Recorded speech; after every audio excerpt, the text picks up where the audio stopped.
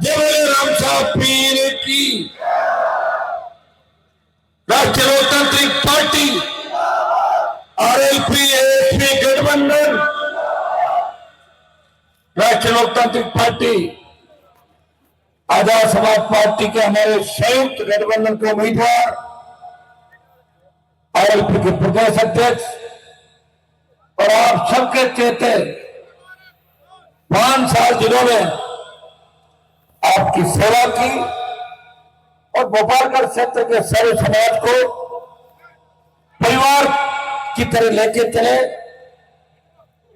आपके अपने चेते विधायक पुणे यहाँ से प्रत्याशी बने प्रहलाद जी गहलोत साहब, जिनके वोट की अपील करने के लिए मैं सारवा के अंदर आपको जो उपस्थित हुआ हूं, मेरे साथ आए आजाद समाज पार्टी के राजस्थान के प्रभारी भाई सतपाल जी चौधरी साहब, किसान आंदोलन में लंबी लड़ाई लड़ने वाले उत्तर प्रदेश के किसान नेता भाई प्रसेंद्र जी चौधरी साहब उपस्थित है, मेरठा की विधायक और हमेशा पिछले 5 साल दलित शोषित किसान की आवाज भर के राजस्थान की विधानसभा में आपके हकों के लिए लड़ने वाली बहन इंदिरा बावरी जी, सम्मानित मंच उपस्थित राष्ट्रीय लोकतांत्रिक पार्टी का पूरा परिवार, मौजूद बुजुर्गों, नौजवान साथियों और बड़ी तादाद के अंदर आशीर्वाद देने पहुंची गोपालगढ़ विधानसभा क्षेत्र की माताओं बहनों और बिलड़ा पिपाड़ से भी लोग बाग आए। बिलड़ा विधानसभा क्षेत्र के भी कुछ लोग चेहरे मुझे दिखाई दे रहे हैं। प्यारे बच्चों, चुनाव का बिगुल बच चुका है और पिछले 5 साल के अंदर जो परिस्थिति आपके सामने रही, 2 साल कोरोना के अंदर चले गए। देश में ऐसा कोई परिवार नहीं जो कोरोना से पीड़ित नहीं रहा। कईयों ने अपने भाई खो दिए, बहन खो दी, परिवार खो दिए। कौन जिम्मेदार है इस कोविड के लिए? वर्ल्ड में ऐसे कई देश हैं जहां कोरोना से जनहानि नहीं हुई, लेकिन वर्ल्ड में सबसे ज्यादा कोरोना से अगर मृत्यु हुई तो भारत के अंदर हुई। उसका सबसे बड़ा जिम्मेदार कोई है, वो नरेंद्र मोदी है, जिसकी वजह से 50 लाख लोगों को अपनी जान से हाथ धोना पड़ा। इस प्रदेश के अंदर जब कोरोना की सेकंड लहर थी, उस समय हमने हमारे परिवारजनों को, जवानों को ऑक्सीजन के अभाव में दम तोड़ते देखा था। न ऑक्सीजन के सिलेंडर थे, न रेमडेसिविर इंजेक्शन थे, न आईसीयू में वार्ड थे, न वेंटिलेटर थे। इस तरह इंसानियत मर रही थी। उस वक्त आपके जो नेता सामने खड़े हैं, ये आपको बचाने के लिए अस्पतालों के अंदर कोविड से भी जूझ रहे थे और आपके बीच खड़े थे कि हमारे भाइयों को कैसे बचाया जा सके। मैं तो वैक्सीन भी नहीं लगी थी उस समय जब सेकंड कोरोना की लहर चली थी। लेकिन दुर्भाग्य देखिए, गहलोत ने मोदी पर आरोप लगाए और मोदी ने कहा कि गहलोत की व्यवस्था ठीक नहीं है, चलने वाले चले गए। उसके बाद कुछ मुआवजा लोगों को दे दिया। इससे बड़ी विडंबना नहीं होगी कि जिस देश का घमंडी प्रधानमंत्री लोकसभा के अंदर यह भाषण दे कि यह कोरोना नहीं आएगा, जैसे भगवान से उसकी बात हो गई। कोरोना आया और कई मंत्री चले गए, कई सांसद चले गए और हमारे जैसे कई मौत के मुंह से निकल के आए वापस। यह व्यक्ति इस देश को किस तरह मजाक के रूप में ले रहा आपने देखा होगा। पहले तीनों कृषि बिल लाके किसानों को झुकाने का प्रयास किया, किसानों के सम्मान को ठेस दी बहुत जबरदस्त तरीके से प्रधानमंत्री ने। तब भाइयों किसान कौन में लड़ाई लड़ी, पंजाब से आंदोलन चला, हरियाणा का किसान साथ आया, उत्तर प्रदेश दिल्ली का किसान साथ आया और किसान लोग नेताओं ने कहा कि राजस्थान में हलचल नहीं है। हनुमान जी पुष्पेंद्र जी बैठे मेरे साथ, इन्होंने कहा हनुमान जी आप किसान के बैठे हो, मोदी की गोदी में बैठे हो, गोदी से निकलो मैंने कहा मैं गोदी में नहीं बैठा हूं, मोदी के साथ बैठा हूं, बराबर हूं, गोदी में नहीं हूं मैं गठबंधन के अंदर एनडीए। और अगर मेरे बलिदान से किसान कौम आगे बढ़ती है तो हनुमान बेनीवाल एनडीए छोड़ता है, मोदी की सत्ता छोड़ के शरद प्रदेश के अंदर सत्ता दिन को बैठा, नागौर का साथ था तो वीर तेरा जी के हाथ से स्थापित करने की दोस्त में बात कर रहा था, जब सेना को ठेके पे दे दिया।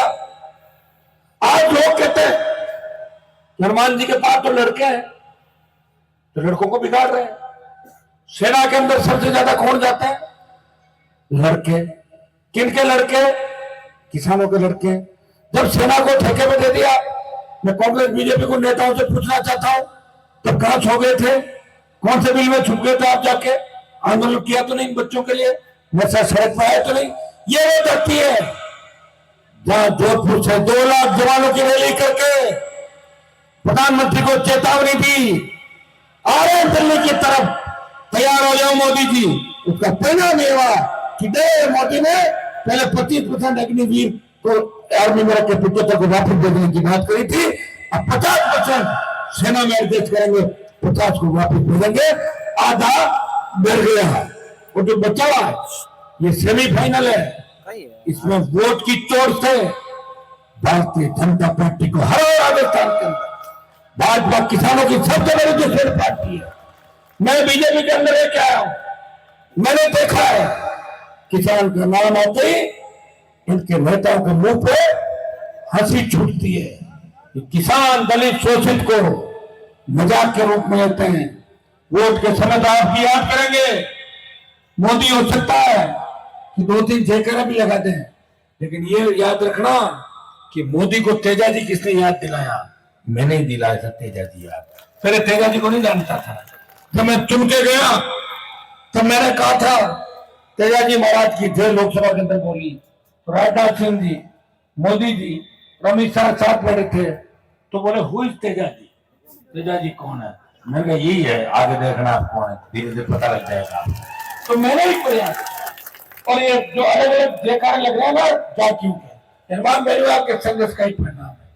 मैं सर्व समाज की बात करता हूँ, सारी जातियों के जयकारे लगा रहे। कई बच्चे सोशल मीडिया पे डालते हैं हमारे देवता को भूल गए। भूला नहीं हूं, जैसे इलाका चालू हो जाएगा जयकारा लग जाएगा। एक साथ लगाने में कई बार का समय कम रहता है, एक बार सारे नहीं लग पाते।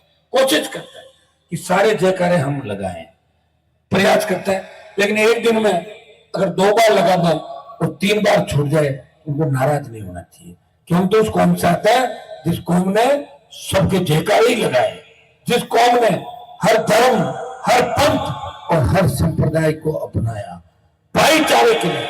अगर बड़ी बड़ी सादत किसी ने दी, हमारे लोगों ने दी। हमारे लोग ऐसे कि अगर हमारे लोग बैठे हो उनको अन्याय हो रहा हो तो कूद पड़ते हैं उसके अंदर, चाहे जान चली जाए। ये हमारे लोग, हम किसान असली लड़ाके हैं। अकाल से लड़े, सामंती ताकतों से लड़े, अंग्रेजों से लड़े, नेताओं से धोखा खाया, फिर भी मान सम्मान और संस्कृति को जिंदा रखा। और सालों के अंदर ये तेजाजी महाराज का मंदिर इस बात का उदाहरण है कि हमारी संस्कृति हमने जिंदा रखी, हमारे नेताओं का कोई योगदान नहीं है। आज हम अगर जिंदा है, देश के प्रत्येक कोने के अंदर कौम और किसान की बात करते हैं, हमारे बच्चे अपने दम खम पे करते हैं। यह नेता मोर लेके नहीं आए। 60 साल पहले जोधपुर के नेता, नागौर के नेता, जिनकी सत्ता में बहुत बड़ी चलबल थी, अगर वो चाहते सिंचाई का पानी भोपालगढ़ खिलूसर पिलाड़ा नागौर ओछा की धरती पे आ जाता, यहाँ का किसान भी मजबूत होता। उनके बेटे बेटे हमें जर्मनी, इंग्लैंड, अमेरिका के अंदर पढ़ते, लेकिन बातें करनी थी, टाइम पास करना था। कभी हेलीकॉप्टर लेके नहीं आए, कभी हेलीकॉप्टर में बच्चों को नहीं बिठाया, कभी किसान को नहीं बिठाया। वो दूर खड़े रहते थे, हमारे लोग उनके पैरों में बैठते थे। उन्होंने कभी नहीं कहा कि हमारे बराबर बैठो, इसलिए हम पिछड़ते चले गए। लेकिन विश्वास रखो, आने वाला समय आपका है। खराब तो मैं भी हो जाऊंगा, लेकिन नेताओं का दिमाग ठीक इस देश प्रदेश के अंदर कर दूंगा। विश्वास के साथ जो नेता घरों से फरमान जारी करते थे, जो नेता घरों से 4 दलालों को कह के कहते थे वोट दिलवा देना, 4 आदमी दिलवाते थे। उनकी क्या हालत हो गई, घड़ी घड़ी घूम रहे, गांव गांव देखो कैसे घूम रहे। याद दिला दिया उनको आपकी ताकत याद दिलाई, उनको सम्मान करना सिखाया। जो घमंड अभिमान के अंदर चूर थे, जो हमारी नेत्रियां, नेताओं के बाद नेत्रियां, जो घमंड अभिमान के अंदर बुजुर्गों के साथ बदतमीजियां करती थी, क्या हालत हो गई उनको देखो। बोले थे तुम्हारा दादाजी हो, थे तुम्हारा परदादाजी हो, दादाजी हो परदादाजी हो, थे तुम्हारा पिताजी का खास सिखा, जो 5वीं में बेड़ा पड़ा, 3वीं में पड़ा, पहली में आगू निकला। ये किसने किया? ये मैंने ही किया भाई। ध्यान आपका रखा, हर सीट उठा के देख लो, बड़े तरीके से टिकट बांटी है, बांटी नहीं बांटी, आपको तब परेशान नहीं होने दिया। जैसा आप चाहते थे वैसा ही हो गया, चारों तरफ कर दिया। मुझे चिंता इस बात की, गंगानगर से लेके सीकर 50 सीट है हमारी, किसान बाहुल्य सीट है। दुर्भाग्य देखिए, किसान आंदोलन के लिए कहते थे हनुमान जी छोड़ दो सत्ता, आ जाओ मोदी के खिलाफ, आ गया। कांग्रेस भ्रष्ट है, आ गया। मेरी टिकट तो नहीं ली उन्होंने, बीजेपी की टिकट मांगी, बीजेपी ने टिकट कांग्रेस की मांग ली, कांग्रेस ने टिकट निर्दलीय लड़ लिए और निर्दलीय लड़के फार्म उठा लिए। ये हालत हुई है 30-35 सीटों में। लेकिन मैं थकने वाला नहीं हूं, जिस मारवाड़ की धरती पे खड़े हूं, मुझे पूरा भरोसा है, लड़ने की ताकत है मेरे अंदर। मैंने इस समय को बदलते हुए देखा है, मैंने वो परिस्थिति भी देखी जब राजस्थान के मेरे समाज के तमाम बड़े लोग मेरे परिवार को मिटाने के लिए निकले थे। उस समय किसान साथ थे, परिवार में जिंदा रहा, और मैंने कौम को भी देश के अंदर वापस मजबूती दी, और मेरी ऊर्जा कौम को देश के अंदर दी। मेरे घर से आया कोई व्यक्ति खाली नहीं गया। हो सकता है कि कई बार हैंग हो जाता हूं, उसका कारण है कि मेरे साथ काम करने वाली मजबूत टीम नहीं है। अब मैंने आपको कहा था ना उस समय कि जब चुनाव आएगा तो हमें राजस्थान की ओर देखना है। सब लोग अपनी अपनी जगह चले गए। मैं धन्यवाद दूंगा कि भोपालगढ़ भारी वोटों से जीत रहे हैं, मेरता भारी वोटों से जीत रहे हैं, खींवसर भारी वोटों से जीत रहे हैं, बिलाड़ा भारी वोटों से जीत रहे हैं। ऐसी बहुत सी सीटें राजस्थान के अंदर जो भारी वोटों से अपन जीत रहे हैं। अभी एक एक करके नाम बताऊंगा तो 15 मिनट लग जाएगी। आजाद समाज पार्टी की बहुत सी सीटें भारी वोटों से जीत रही। यह तय है कि हमारे बिना राज नहीं बनेगा। लेकिन ये टीम अगर 1 साल पहले इस तरीके से काम करती कि हमें राज बनाना है भूखे पैसे, अब कोई तो भाग रहा है, कोई को पकड़ के ला रहा हूं, कोई जाके सो रहा है, कोई स्विच ऑफ कर रहा है। मैं बाबा जी को पीछे ही बैठा बैठा कह रहा था कि बड़ा मुश्किल काम है। इसलिए हमारे नेताओं ने नई पार्टी नहीं बनाई। उनको पता था कोई फायदा नहीं, जिंदगी चली जाएगी। लेकिन मैं परवाह नहीं करता इस चीज की, जिंदगी तो एक दिन जानी है, लेकिन जाए जब शान से जाए और देश याद करे कि वो मर्द था, मजबूत था, जिसे किसी की परवाह नहीं करी, वो चलता रहा, अकेला चलता रहा, वो मोदी से लड़ता रहा, गहलोत के बेटे को हरा के गहलोत की जादूगरी का खिताब ले लिया और वसुंधरा को 7 समंदर पार भेज दिया।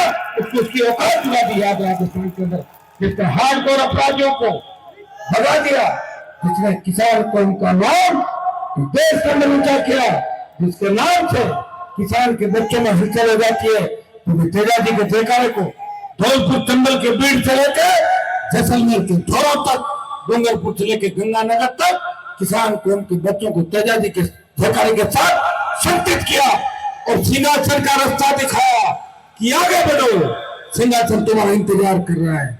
समय लग सकता है लेकिन राजस्थान की सत्ता पे आपका कब्जा होगा, रिमोट कंट्रोल आपके हाथ में होगा। जितनी भी चुनाव लड़ रही है हमारी सीटें, करीब करीब सीटें जीत की ओर अग्रसर है।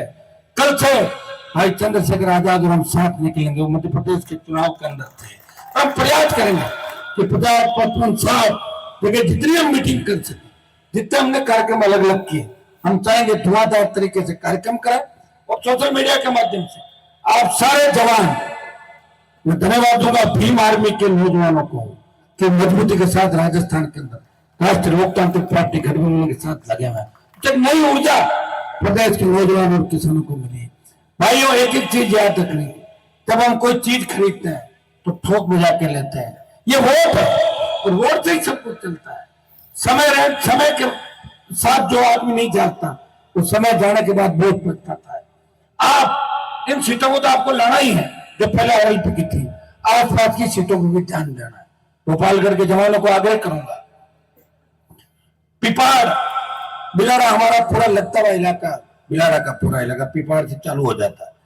आप लोग बिलारा की सीट भी लानी है।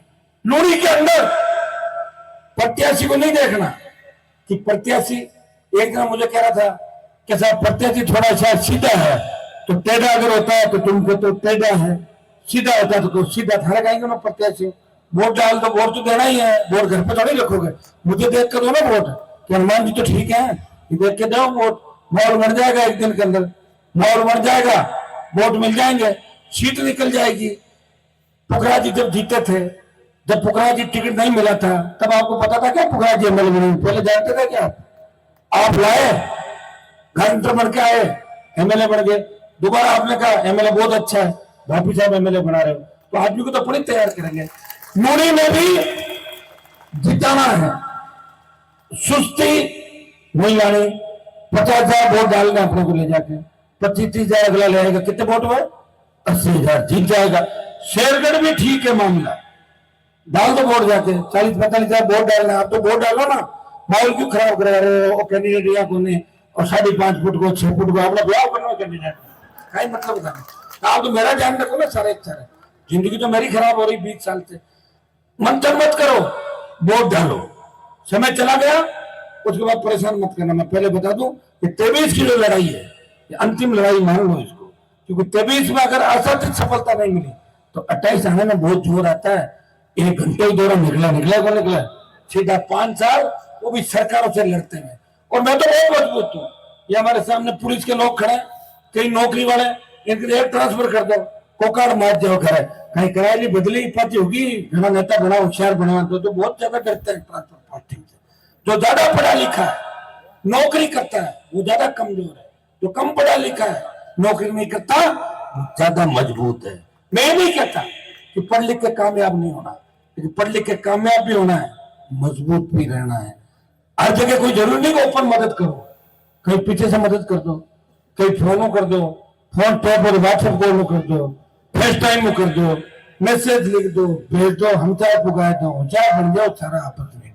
तो ये वक्त है और वक्त को आप लोगों ने पहचाना है।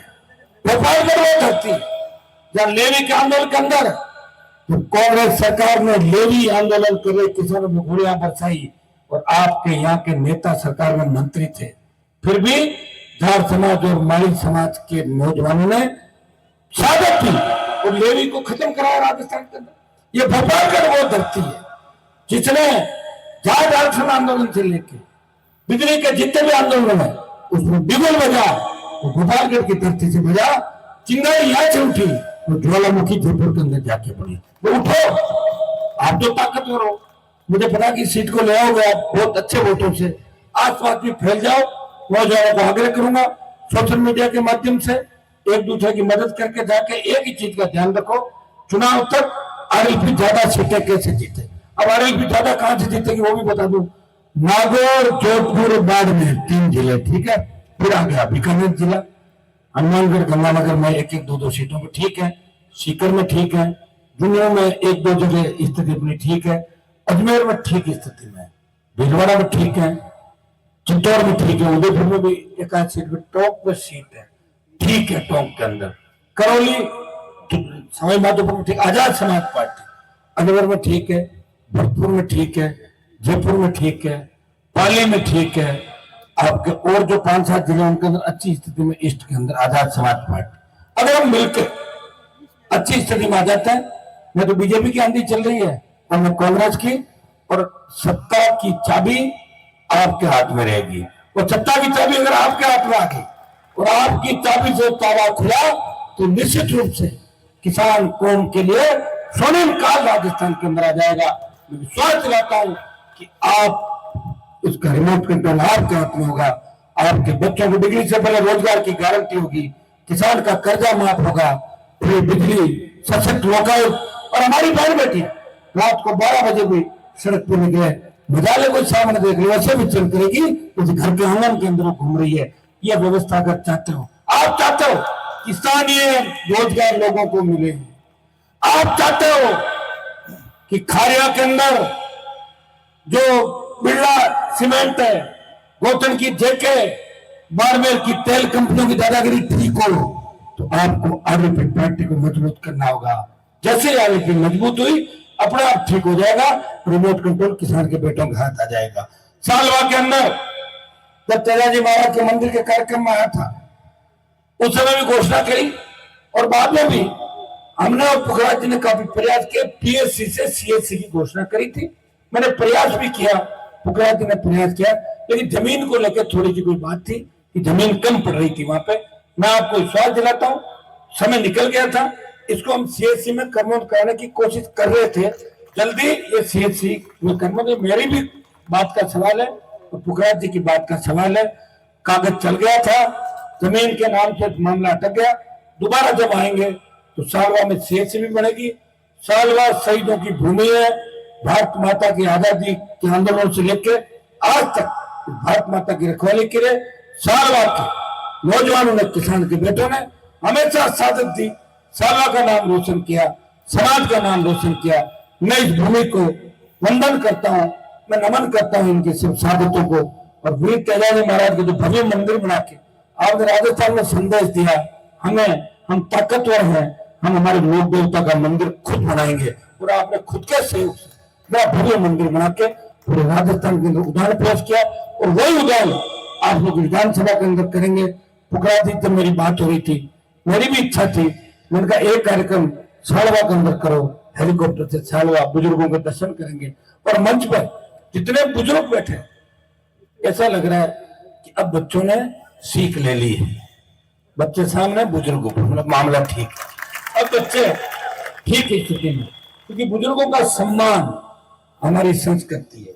जहाँ बुजुर्गों का सम्मान नहीं, जहाँ हमारी संस्कृति का सम्मान है, जहाँ हमारी माताओं बहनों का सम्मान नहीं, ऐसी संस्कृति ठीक नहीं। तो हमारे समाज ने हमेशा माताओं बहनों के लिए, आप इतिहास उठा कर देखोगे, सबसे ज्यादा लड़ाई हम लोगों ने लड़ी, इतिहास में वर्णन कम किया गया, पूरी बातें नहीं लिखी गई।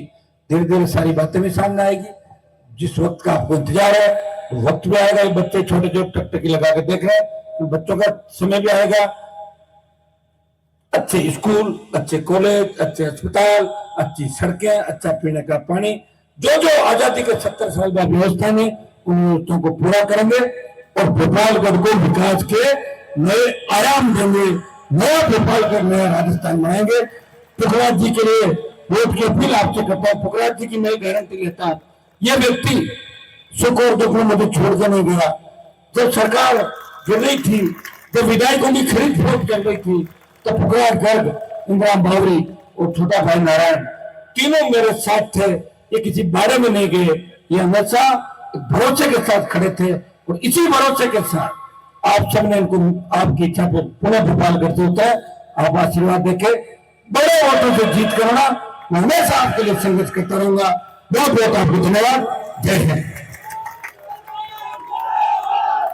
खारिया फैक्ट्री के मजदूरों को जो अत्याचार हो रहा है, पहले बात हमने 2-3 बार करी थी।